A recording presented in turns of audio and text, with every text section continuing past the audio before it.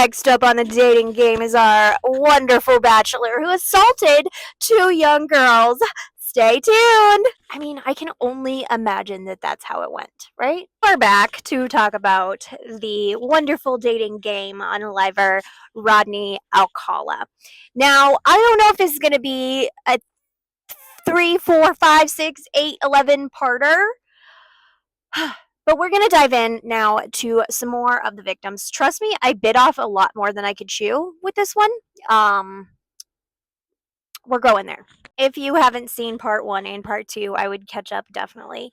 But let's just say Rodney Alcala was on a stint of not being in prison when he was selected to do the dating game. Now, they did not do background checks. I don't know if this was the 70s. I don't know if they still do that now, but this reality show that he was on, this dating show, did not do any background checks or look into at all their contestants, apparently. You know this because in September 1978, Rodney appears on the show, and he had already done a lot up until this point, and it just gets more and more grisly from here on.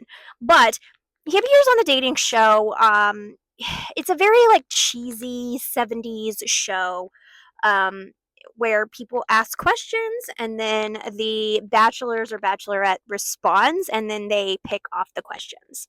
Does that make sense? Now, he was described to Cheryl Bradshaw, the bachelorette, on this show as a successful photographer. Ugh. So on the show, she asked him, if you were a meal, what would you be?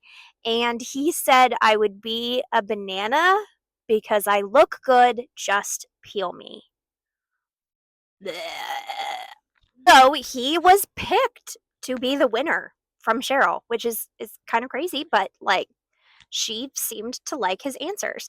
But when they met face to face, she told producers, I am not going on a date with this man. I refuse to go on a date with this man. He's creepy. He is weird. I don't like him. And they proceeded just to not listen to her. She did not end up going on a date with him. She absolutely refused. But no one listened to her when she was saying, like, I get weird vibes from this guy. Some say that this interaction just PO'd him off and he continued on his spiral from there. But he was already a unaliver. We feel like he was this way before the dating game happened. But he did continue on his path. Rodney Alcala was arrested on July 24th, 1979, and it is because a parole officer recognized his police sketch and reported it. Now, here is where things get interesting. After his arrest, many more victims came to the forefront. And this is unalivings, and this is SAs, and this is just a reign of terror that Rodney Alcala went on. And these are their stories. I tried not to miss any victims, but there are a lot in this case. So if I missed any, please put them below and I will do them. But I tried to report on everything that I could find. So let's get into what happened and what they were brought out. Now, these are not necessarily in chronological order. Some of these happened before the dating game. Some of these happened, during that time frame. But they were all brought to light after he was arrested. First one we are going to talk about is Cornelia Crilly. This was June 12th, 1971. She was a 23-year-old flight attendant.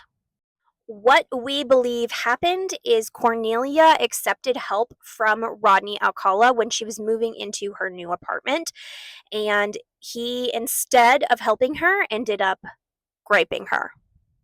Then he put stockings around her neck. This was absolutely brutal, and it ended up unaliving her, and he just left her after that. This happened in 1971, but it was unsolved until 2011. In 1977, he unalived Ellen Jane Hoover. She was a 23-year-old daughter of a famous nightclub owner named Herman Hoover. Her appointment book said that she had a date to meet a John Berger in July. So, because of this alias, it was quickly tied back to our lovely Rodney Alcala. On November 9th, 1977, he also struck again. That was Jill Terry Barkham, and she was only 18 years old. She was from New York, but this happened in Los Angeles, and he left her along a dirt path in Los Angeles. She was found in the knee to chest position. She was unclothed from the waist down. There was signs of grape, and she was unalived. December 16th, 1977, 27-year-old Georgia Wixt. She was a nurse and she was last seen driving her coworker home. When she didn't come to work the next day, she was found unalived in her apartment. This was a very brutal one, like mutilated and SA'd. There was signs of forced entry, and there was DNA and a handprint left behind, both of these by Rodney. And this was just a really, really tragic one. All of them are really, really bad. Rodney Alcala was not. I don't even know. I don't even know how to describe him. I mean, the list of victims just kept coming and kept coming. We're like halfway through the list. On June 24th, 1978, Charlotte Lee Lamb, she was next. 31-year-old legal secretary. She was found unalived in the laundry room of her apartment complex. She was SA'd and attacked, and she was posed in different positions. Some of the victims had this happen. They were posed in like positions after they were unalived. This one was solved by DNA as well, and back to Rodney because he left DNA on her earrings. February 14th, 1979, this was on Valentine's Day, and this was of a very young girl. 15-year-old Monique Hoyt was picked up. She was a hitchhiker. He took her and he took her to the side of a mountain where he took pictures of her. He put something in her mouth and he beat her and SA'd her. On the way back from taking these pictures and doing this, Rodney went into a stop to use the bathroom and she escaped and she actually survived and she was able to say who her attacker was.